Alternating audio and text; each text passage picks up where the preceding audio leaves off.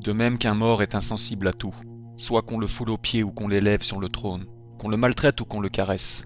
De même aussi le chrétien qui est soumis à la volonté de Dieu n'est pas ému de tous les événements de la vie, parce qu'il regarde en tout l'ordre de Dieu.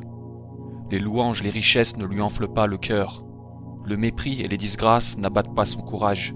S'il sent les répugnances de la nature dans les afflictions, il adore les desseins de Dieu. Dans le fond de l'âme, il est soumis et trouve dans la volonté de Dieu la joie et le repos. Vivre de la sorte, c'est mener une vie cachée en Dieu avec Jésus-Christ. C'est vraiment servir Dieu, parce que c'est servir Dieu que de l'aimer, et c'est l'aimer que d'admirer sa sainte volonté. En vain on se flatte de vouloir ce que Dieu veut, si l'on ne fait pas ce qu'il ordonne, et si l'on n'évite pas ce qui lui déplaît. Souvent nous croyons faire la volonté de Dieu, et c'est plutôt la nôtre, parce que nous croyons qu'une chose est sainte lorsqu'elle nous plaît. On s'imagine que pour devenir saint, il faut beaucoup agir et faire de grandes choses. On se trompe. Dieu veut nous conduire à la sainteté par un chemin plus court. C'est de faire ce qu'il demande dans notre état. Voilà le point essentiel de la vertu. Sans cela, on n'a qu'une vertu de fantaisie et d'humeur, une vertu à contretemps, une vertu fausse, suspecte. On fait de grands pas, mais hors du chemin. Une personne fait des mortifications plus que sa santé et ses occupations ne permettent. Un religieux plus que sa règle et ses supérieurs ne lui prescrivent. Cette dévotion n'est plus selon l'Esprit de Dieu. Toute dévotion d'humeur et de volonté propre, qui n'est pas selon la prudence ou la subordination, n'est pas selon Dieu.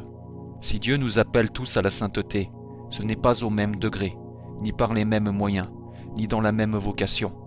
De longues méditations, de grandes austérités ne sont pas également pour tous.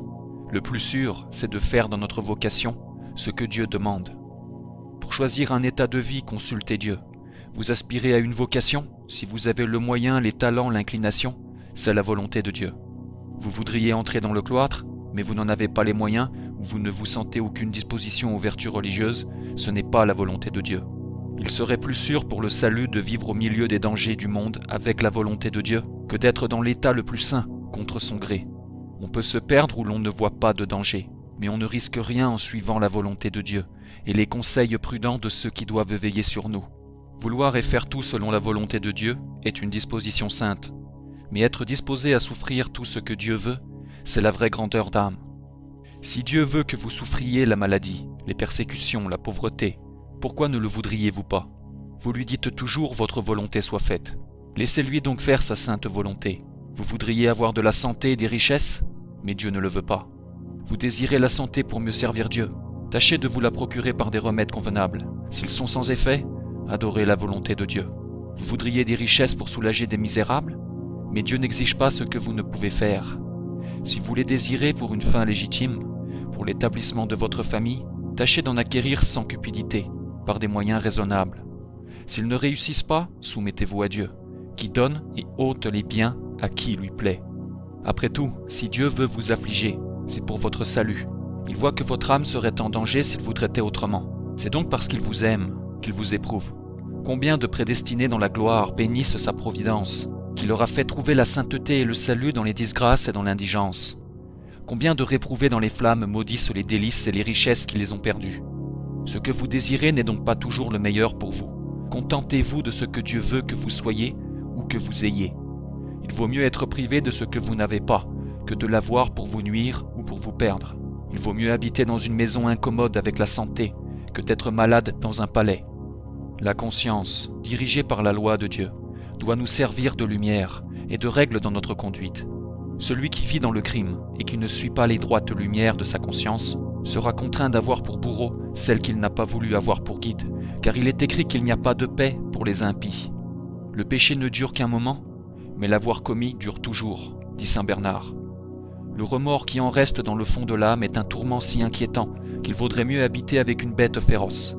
On peut s'éloigner d'un animal farouche, mais on ne peut s'éloigner de soi-même, ni se dérober aux reproches de sa conscience.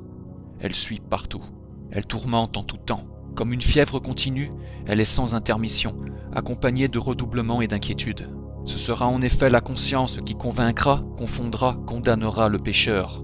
Elle en sera, dit saint Bernard, l'accusateur, le témoin et le juge. Ce saint docteur disait avec raison que la conscience criminelle est une prison, où l'âme est enchaînée, et un enfer anticipé qui la tourmente. N'est-ce pas là ce qui rend les pécheurs si timides dans les événements subis? S'ils paraissent résolus en compagnie, De quel trouble, étant seuls, ne sont-ils pas saisis? Sont-ils dans un lieu écarté? Sont-ils dans une sombre nuit? Le mouvement d'une feuille d'arbre, un éclair, un bruit de tonnerre les fait trembler, les déconcerte. Au lieu de recourir à Dieu avec confiance dans les dangers, ils n'ont d'autre sentiment que la consternation, l'horreur et l'effroi. N'est-ce pas aussi ce qui rend certaines personnes d'une humeur si bizarre et si farouche? Un rien les choque, une parole les irrite, une légère perte les transporte.